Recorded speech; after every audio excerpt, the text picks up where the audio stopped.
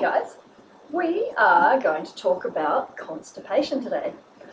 Not a topic people really like to talk about, but it just blows me away the amount of people that are suffering from constipation from some reason or another. Now, first, before we get into this, you have to understand that there are a lot of different things that can contribute to constipation. It is not just as simple as, did I have enough water and did I have enough fibre? And do I have some probiotics, or whatever simple recommendation you've been given. If the simple things aren't working, then we've got to look at the actual function of how we poo in the first place. So excuse my language, but it's what it is. Anyway, so constipation, you can kind of loosely define it in two categories. So you've got constipation, which is kind of slow transit, in which you may be going every second day or every third day, or God forbid, every week, or even longer. That's pretty bad stuff. And then you've got, you can see that it's backwards, but that's okay. Kind of your pellet style constipation, I like to call that. So you've either got pellets or you've got pellets that are kind of a little bit more stuck together. Typically with the pellety type of one, you want to look at your fibre and water first. But for your slow transit ones and for your pellet ones that don't respond to fibre and water, you want to start looking at the nervous system. So your nervous system, very simply speaking, you've got lots to it, but in a simple term, you've got your parasympathetic nervous system and your sympathetic nervous system. So parasympathetic is rest and digest. It's the nice, calming, happy, relaxed side. And your sympathetic is your fight or flight.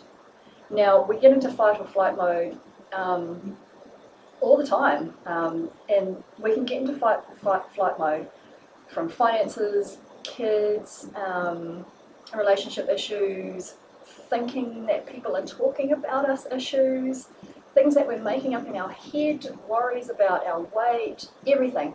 All of those things will fire up a sympathetic nervous system response. Now, we don't have to be necessarily running away from a tiger to end up in the sympathetic nervous system, which is your fight or flight mode. However, if you were in the sympathetic nervous system and you were being chased by a tiger or a lion, would it be sensible to all of a sudden stop, drop your pants and take a dump? No. I think we all know the answer to that. So your nervous system is really important in determining how easy it's going to be to take a bowel motion. If you are in the rest and digest, calm, sympathetic nervous system side, parasympathetic side, then it's going to be a whole lot easier to go number twos. So in lieu of looking at fibre and water and seeing what's going on there, you really want to look at what's your nervous system up to. And as I said before, the stress is not just about running away from a tiger. It can be you look in the mirror every morning and you're disgusted at what you see. That will create a little stress response in your body. You'd be surprised at the amount of things that actually create a stress response. So if you are constipated, then it's probably time to start holding the mirror up and just really being honest with yourself and asking yourself, actually, am I stressed or worried or upset regularly on a daily basis? Could this possibly be affecting my elimination function? So the calmer and happier and more balanced we are, the easier it is for your body to say and do its normal eliminations. The other thing you want to think about too is changes in routine. Sometimes the changes in routine can be stressful, but other times changes in routine can just throw our brain out of its normal, functioning pattern. Not really explaining it well. If you think about Pavlov's dog, for example, every time he rings the bell, he salivates and it becomes to associate the bell with food.